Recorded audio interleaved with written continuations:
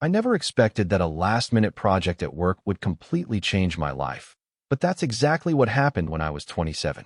My world was orderly, predictable, and, if I'm being honest, a little lonely. It was a life built on careful routines and quiet observation, a fortress designed to keep surprises and the disappointments that often follow them at a safe distance. But then a freelance photographer was hired for a big campaign, and the walls of that fortress began to feel less like a safe haven and more like a cage. Let me take you back. My name is Lucas, and at the time, I was a junior graphic designer at a small, boutique agency called Creative Forge. Our office was on the third floor of a renovated warehouse, a place filled with exposed brick, high ceilings, and the persistent, faint smell of old wood and fresh coffee. My desk was positioned perfectly by a large window that overlooked a shared courtyard, and below that, the entrance to a separate photo studio that other creatives could rent by the day. My life was measured in pixels and deadlines, a comfortable rhythm of tasks that rarely deviated. I liked the control it gave me. From that window, I had a perfect, unobtrusive view of the comings and goings of the studio. I saw models with impossibly long legs, stressed-out art directors, and crews hauling in massive cases of equipment. And then there was Caleb. He was a freelance photographer, one of the regulars who used the studio. I didn't know his name at first, of course. To me, he was just the photographer, the handsome one. He moved with a kind of confident energy that I found both intimidating and captivating. He had broad shoulders, a constant 5 o'clock shadow that looked deliberate and rugged, and dark, unruly hair that he was always pushing out of his eyes. He often wore simple, functional clothes, worn-in jeans, soft t-shirts that hugged his arms, sturdy boots. He was always in motion, directing a shoot, adjusting a light, or laughing with his clients. There was an ease about him, a way of occupying space that made him seem so grounded, so utterly sure of himself. From my third-floor perch, I constructed an entire life for him.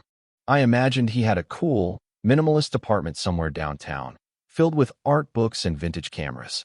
I pictured him going on weekend hikes, his dog running ahead of him on a sun-dappled trail. In my mind, he was undeniably, unreachably straight.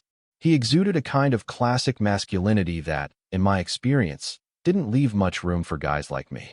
So, I watched from a distance, content to let him be an anonymous, beautiful feature of my daily landscape, like a piece of art I could appreciate but never own. My own life was a stark contrast.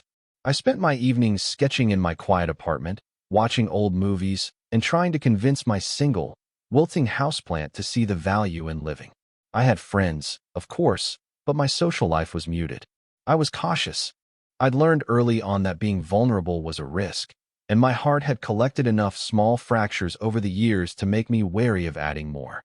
So I kept to myself, finding solace in the predictable world I had built. That was my normal, a steady, flat line of existence. I didn't realize how much I was craving a disruption, a tremor to shake things up, until the day my boss, Sarah, called me into her office. The air was buzzing with a nervous energy that was unusual for a Tuesday morning. She had a look on her face that spelled one thing: chaos. "Lucas," she said, gesturing for me to sit. "We just landed the Northwood campaign. It's huge." I nodded, my mind already cataloging the workload. Northwood was a high-end outdoor apparel brand, and their campaigns were legendary. "The good news is, it's a massive win for us," she continued. "The bad news is, their timeline is insane. We're talking all hands on deck, late nights, weekends, the whole 9 yards for the next 2 weeks." I felt a familiar mix of professional excitement and personal dread. Late nights meant more isolation, more microwave dinners eaten alone at my desk. But it was part of the job. "I'm in," I said, trying to sound more enthusiastic than I felt. Then came the part that changed everything. "There's one more thing," Sarah said, tapping her pen on a notepad. "The client is insistent on using a specific freelance photographer they love. He's good, but he's always booked solid. By some miracle, he had a cancellation and can squeeze us in. He'll be working out of the studio downstairs, and you'll need to liaise with him directly to make sure the brand aesthetic is perfectly aligned." She slid a piece of paper across the desk. On it was a name and a number. Caleb Sterling. My heart did a strange little stutter. Caleb. So the handsome photographer had a name. And suddenly, he wasn't just a figure in the distance anymore. He was a variable, an unknown element being introduced directly into my carefully controlled equation. I took the paper, my fingers feeling strangely numb. My quiet, orderly world was about to be invaded, and I had no idea that the man I'd only ever watched from afar was about to walk right into it, bringing with him a storm I never saw coming. The Northwood project began, as expected, with a tidal wave of work. My life quickly became a blur of color palettes, font pairings, and endless revisions.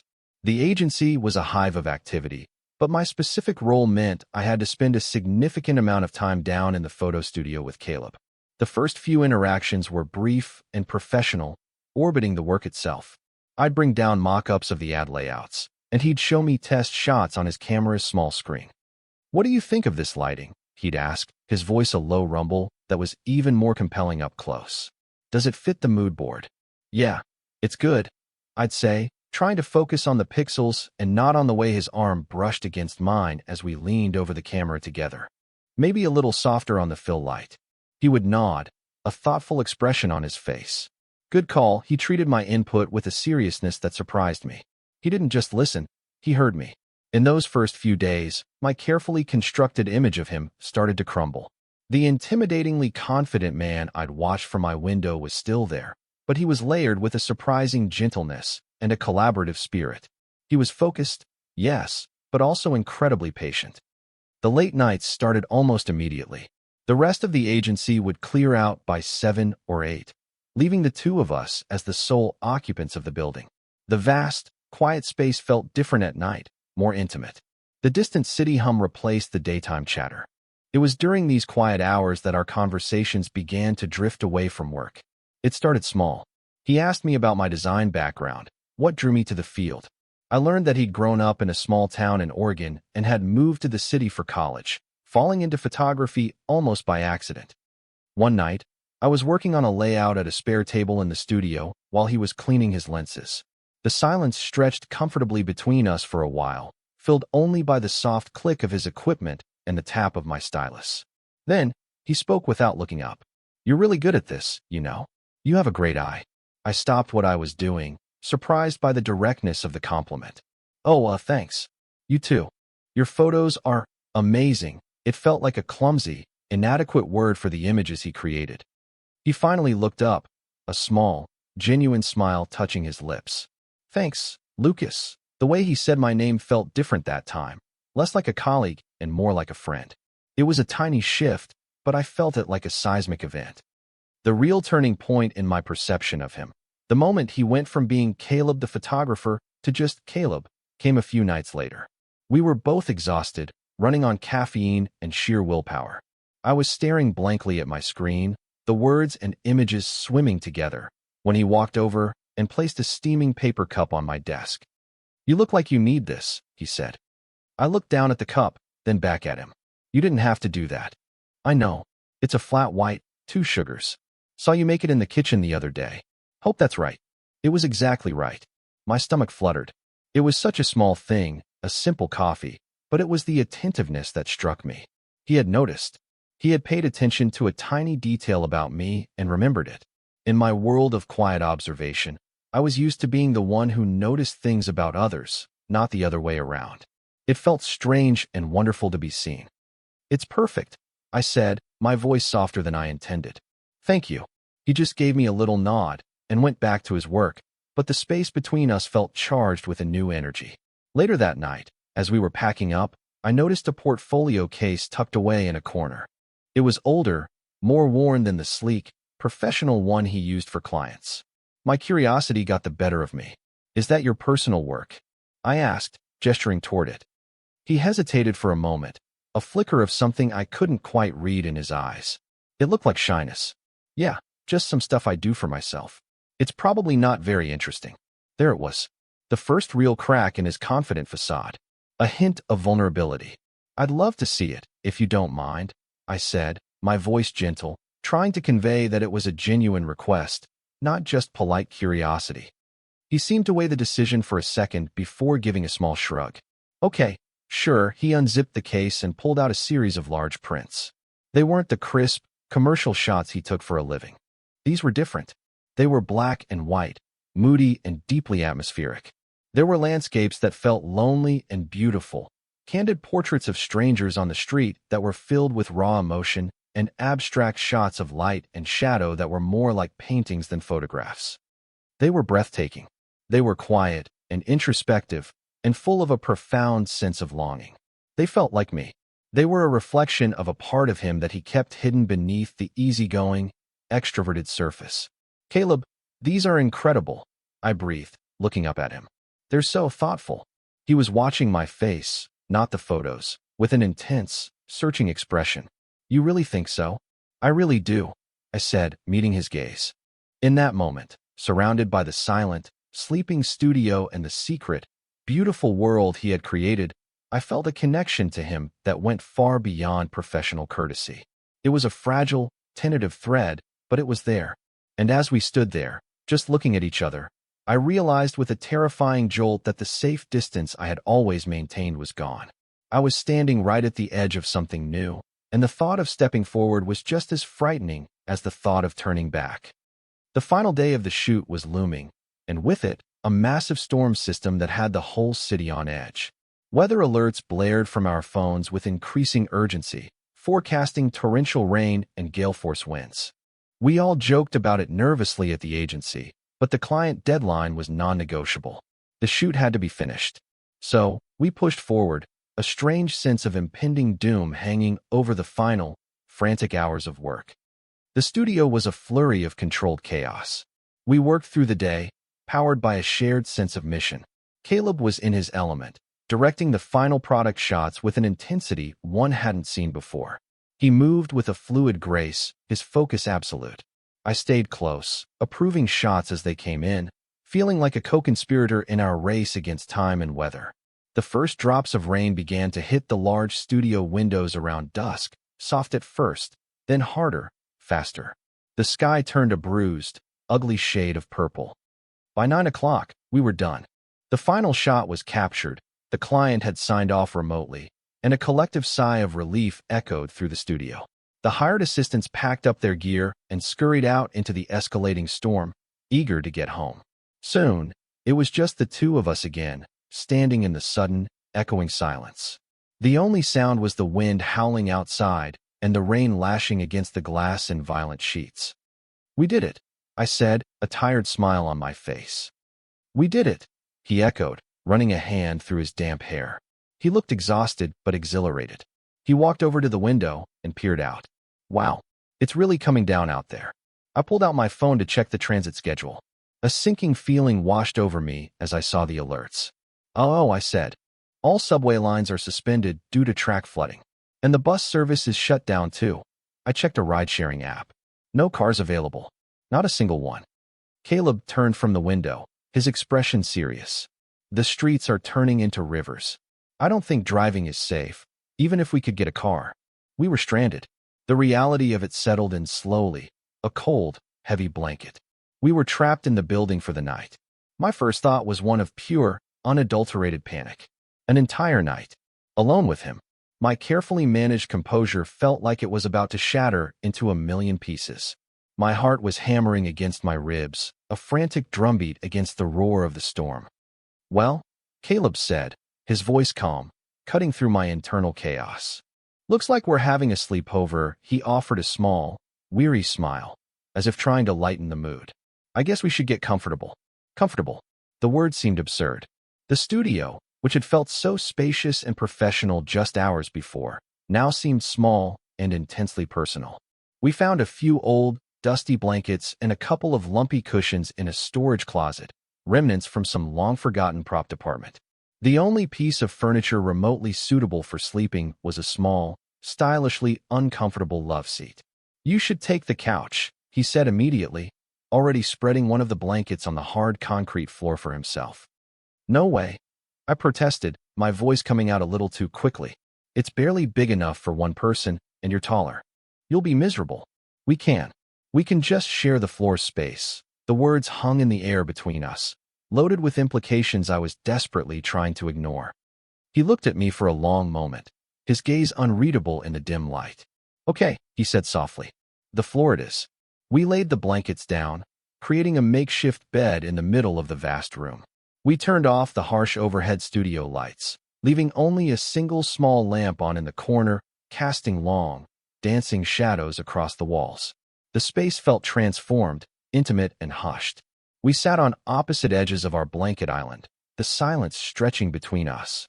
The storm provided the only soundtrack. We talked for hours, not about work, but about everything else. He told me about his family in Oregon, about his dream of one day opening his own gallery.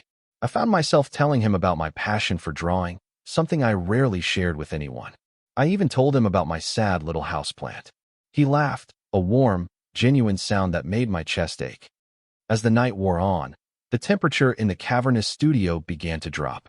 The building's heating had shut down for the night, and a damp chill seeped in from the storm outside. I shivered, trying to hide it, but he noticed. Of course, he noticed. "You're cold," he stated, not a question. "It's fine. I'm okay," I said, my teeth chattering slightly, betraying me. He shifted on the blankets, his movements slow and deliberate. "We'll be warmer if we're closer," he said, his voice low and even. It was a practical suggestion, a logical solution to a physical problem, but it felt like so much more. My mind was screaming, but my body, desperate for warmth, leaned in almost involuntarily. We settled down, lying side by side under the thin blankets, our shoulders almost touching. The proximity was electric. I could feel the heat radiating from his body, smell the faint, clean scent of his soap mixed with something that was just him. I lay rigidly on my back, staring up at the dark ceiling, my every nerve ending on high alert. He was quiet for a long time, and I thought maybe he had fallen asleep.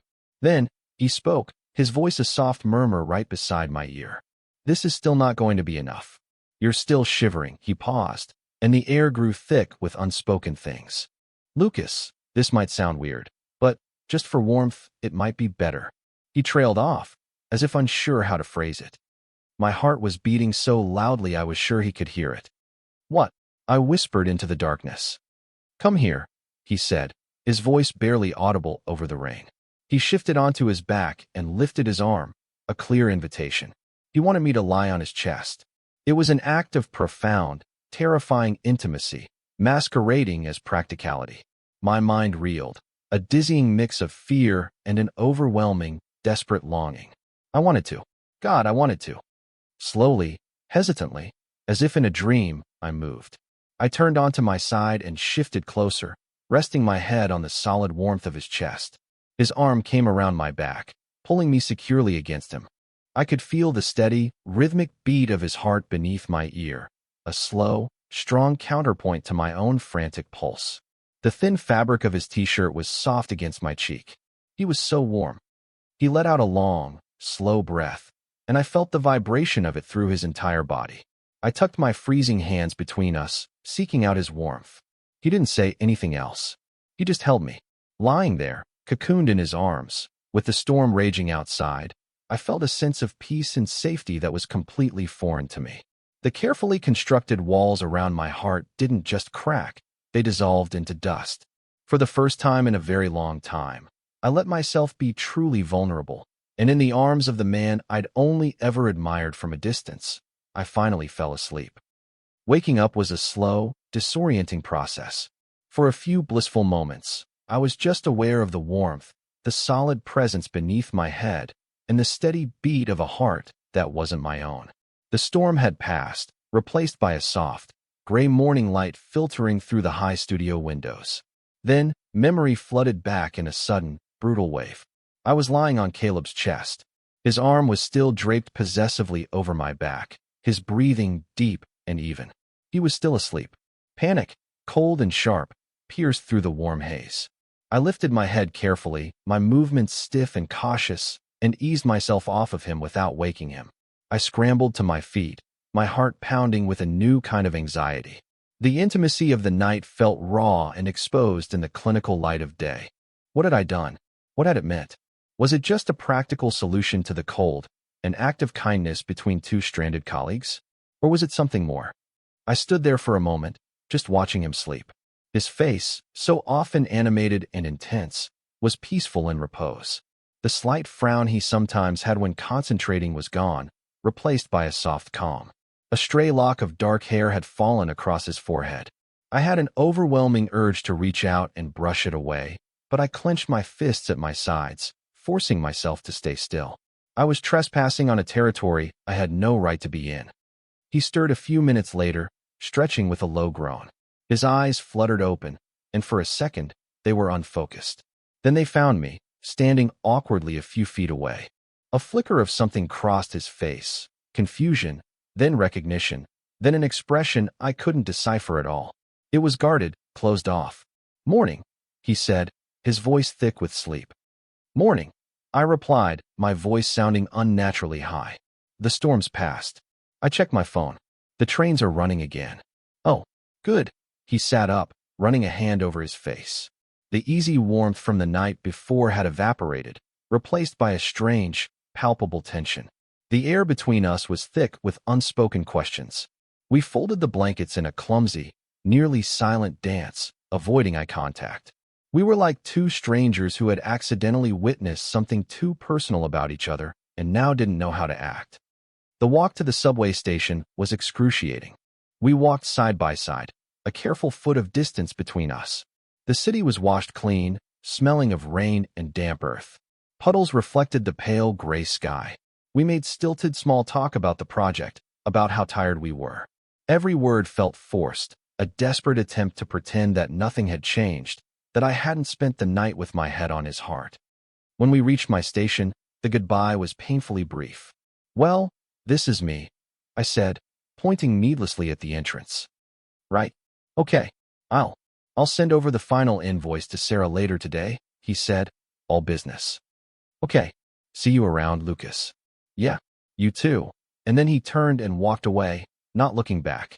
I watched him until he disappeared around a corner, feeling a hollow ache in my chest. "See you around." It was the kind of casual, meaningless phrase you say to an acquaintance.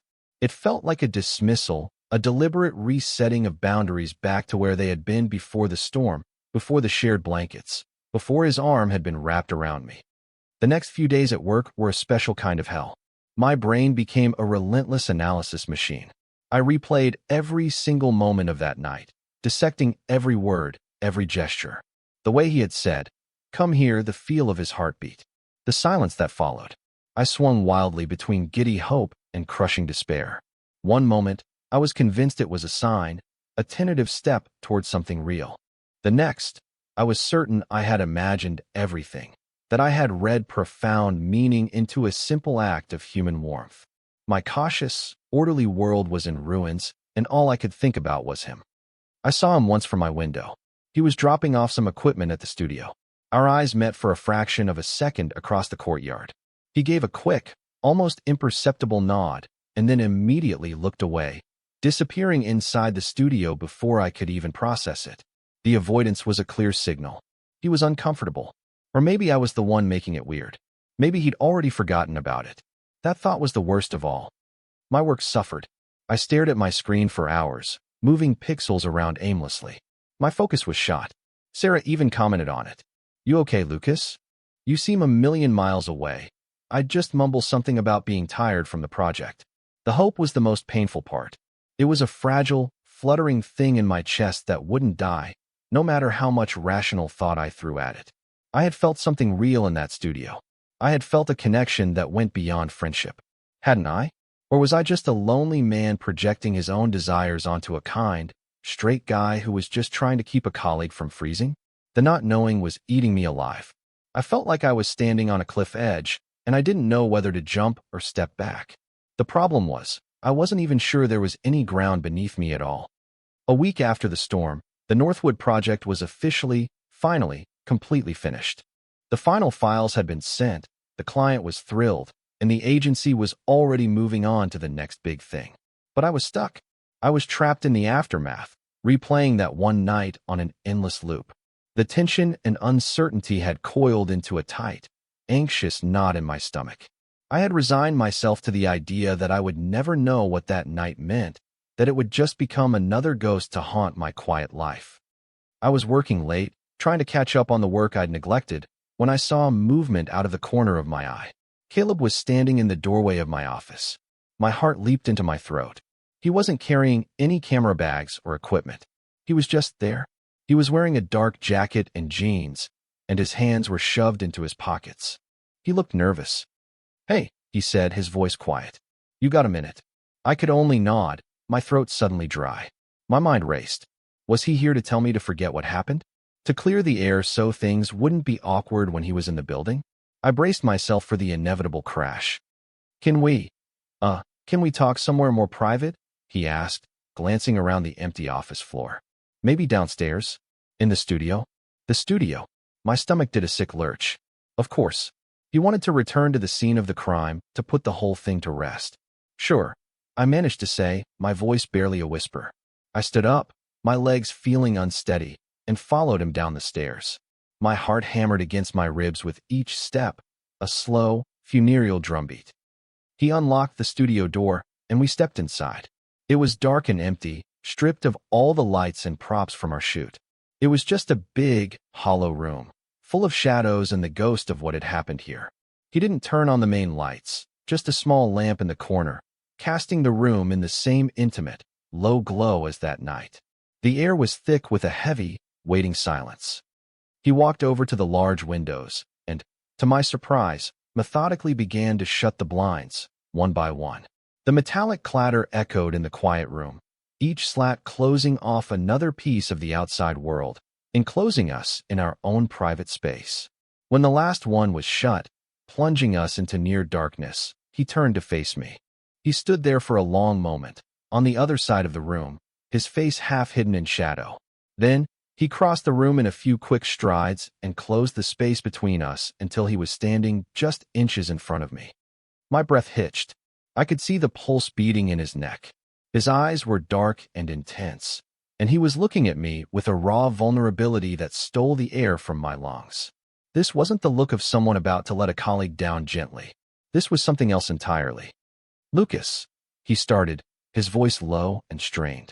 "I've been a complete idiot this past week." He shook his head, looking down for a second before meeting my eyes again. "I'm so sorry." I panicked. I didn't know what to say. I just stared at him, my mind trying to catch up. "That night," he continued, his voice getting stronger, more urgent. "The storm, us being stranded here, that wasn't just practical. Not for me," he took a breath. "Lying here with you, holding you, that was one of the most terrifying and incredible things I've ever felt." My world tilted on its axis. The knot of anxiety in my stomach didn't just loosen. It vanished, replaced by a dizzying, soaring hope. "I've wanted to talk to you for months," he confessed, a self-deprecating smile touching his lips. "Before this project, I'd see you up in your window sometimes when I was coming in. I kept trying to think of a reason to come up and talk to you, but I always lost my nerve." He let out a short, humorless laugh. "Confident photographer, right? Total fraud. When Sarah said I'd be working directly with you, well, it felt like the universe was finally giving me a chance." He looked at me, his eyes searching mine, pleading for me to understand. Everything that happened, the late-night talks, the coffee, none of it was an accident. I was trying to get to know you. And that night, when I asked you to, when we were on the floor, I was so scared I had crossed a line. The next morning, you were so quiet, and I thought I'd completely misread everything. I thought I'd made you uncomfortable, and I shut down. All the air rushed out of my lungs in a single, shaky exhale. "I thought I made you uncomfortable," I whispered, the words tumbling out. "I thought I'd imagined it all. I thought you were just being kind." A look of profound relief washed over his face. "Kind," he said, his voice soft with wonder. "Lucas, I was trying so hard not to just kiss you right then and there." And with that, the last remaining wall around my heart crumbled into nothing. He said the words. He actually said them.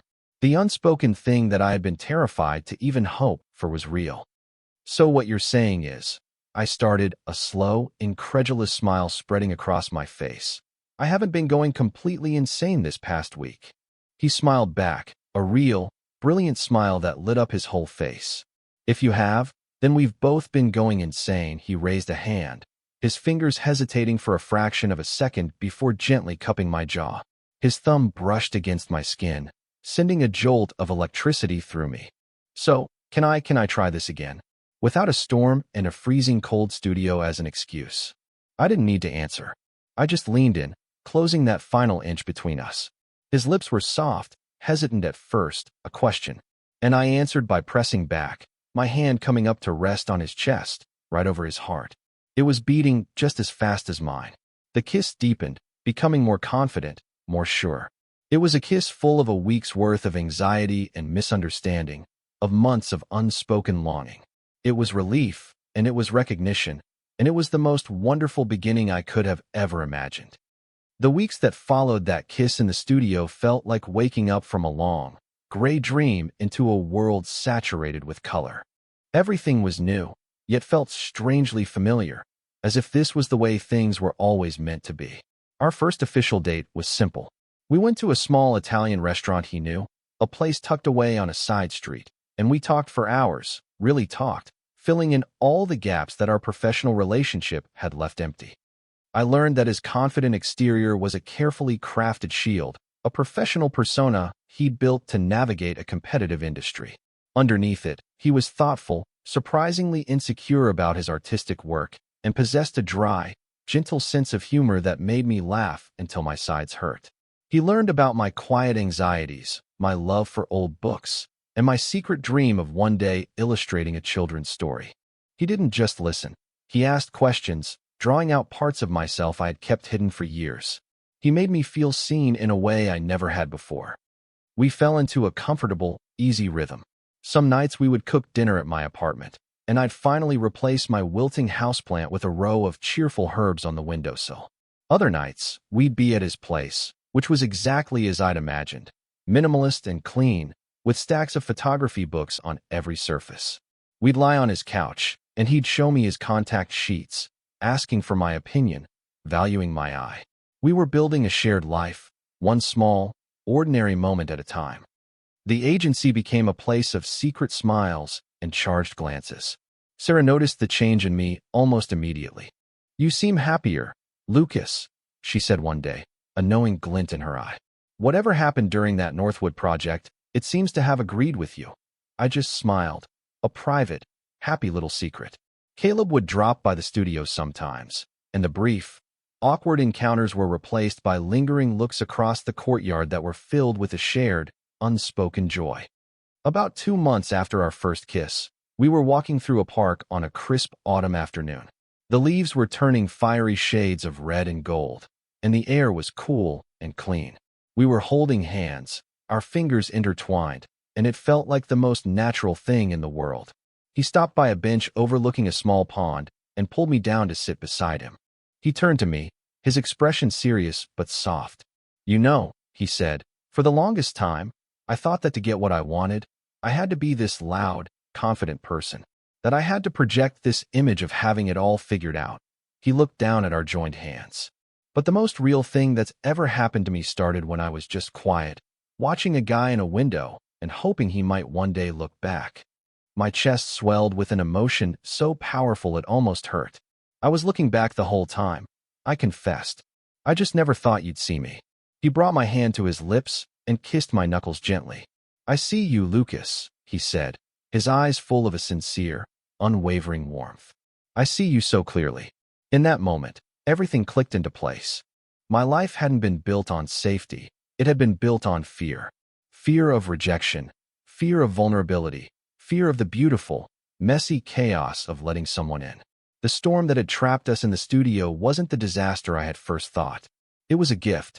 It was the disruption I didn't know I desperately needed, the force that finally broke down the walls and let the light in. Sometimes, the biggest changes in our lives don't come from grand plans or deliberate choices. They come from the unexpected, from the things we can't control, a last-minute project, a sudden storm, a chance encounter that shifts the entire axis of our world. I spent so long watching life from a distance, afraid to participate. But taking that one terrifying step into the unknown, allowing myself to be vulnerable in the arms of another person, didn't lead to the disappointment I had always feared. It led me home. It led me to him. And for the first time, my future didn't feel like a predictable, straight line, but like an open, endless sky, full of breathtaking possibility.